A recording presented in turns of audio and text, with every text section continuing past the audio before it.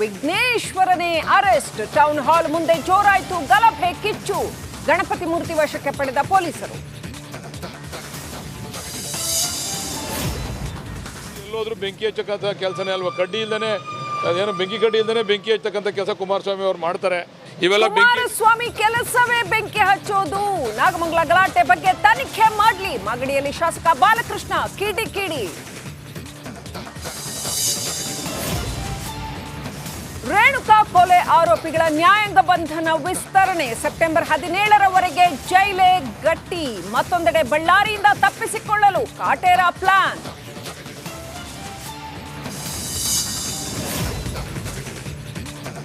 ಪವಿತ್ರ ಬೆಡ್ರೂಮ್ನಲ್ಲಿ ಕಾಟೇರನ ಕೂದಲು. ಮೆಜೆಸ್ಟಿಕ್ ನೆನಪಿನ ಕಾಣಿಕೆಯು ಈಕೆಗೆ ಗಿಫ್ಟ್. ಕೊಲೆ ಕೇಸ್ನಲ್ಲಿ PSI ಮಾಡಿದ್ದ ಚಾಟಿಂಗ್ ರಿವೀಲ್.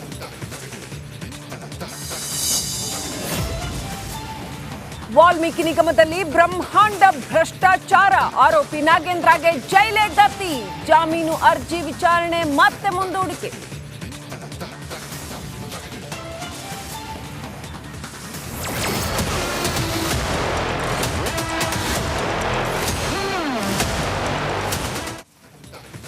ವೀಕ್ಷಕರೇ, ಪೊಲೀಸರ ಕೆಲಸ ಏನ್ ಹೇಳಿ? ಯಾರು ತಪ್ಪು ಮಾಡ್ತಾರೋ ಅವ್ರನ್ನ ದಂಡಿಸಬೇಕಾಗಿರೋದು ಅಥವಾ ಅವ್ರ ತಪ್ಪನ್ನ ಪ್ರೂವ್ ಮಾಡಬೇಕಾಗಿರೋದು, ತಪ್ಪನ್ನ ಕಂಡು ಹಿಡಿಬೇಕಾಗಿರೋದು ಪೊಲೀಸರ ಕರ್ತವ್ಯ. ಆದ್ರೆ ರೇಣುಕಾ ಕೊಲೆ ಕೇಸ್ನಲ್ಲಿ PSI ಒಬ್ರು, ಸ್ವತಃ PSI ಒಬ್ರು ಆರೋಪಿಗಳ ರಕ್ಷಣೆಗೆ ನಿಂತ್ಕೊಂಡ್ಬಿಟ್ಟಿದ್ರು. ಇದಕ್ಕೆ ಬೇಕಾದಷ್ಟು ಕಸರತ್ತು ಮಾಡಿದ್ರು. ಹೆಂಗೆಂಗ್ ತಪ್ಪಿಸ್ಕೊಳ್ಳೋದು ಪ್ಲಾನ್ ಹೇಳ್ಕೊಳಕ್ ಹೊರಟಿದ್ರು. ಹಾಗಾದ್ರೆ ಇಲ್ಲಿ ಆಗಿದ್ದು ಏನು? ರಿಪಬ್ಲಿಕ್ ಕನ್ನಡ ಅದರ ಇಂಚಿಂಚು ಡೀಟೇಲ್ಸ್ ನಿಮ್ ಮುಂದೆ ತರ್ತಾ ಇದೆ.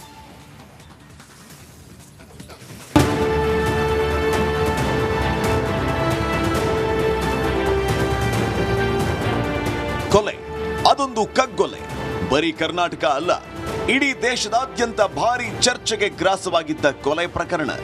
ಇಲ್ಲಿ ಸತ್ತಿದ್ದು ಸಾಮಾನ್ಯ ವ್ಯಕ್ತಿಯಾಗಿದ್ರು, ಕೊಂದ ಆರೋಪ ಹೊತ್ತಿದ್ದು ಮಾತ್ರ ಚಾಲೆಂಜಿಂಗ್ ಸ್ಟಾರ್ ಅಂತ ಹೆಸರು ಪಡೆದು ಕೋಟ್ಯಂತರ ಅಭಿಮಾನಿಗಳನ್ನ ಗಳಿಸಿದ್ದ ನಟ ದರ್ಶನ್.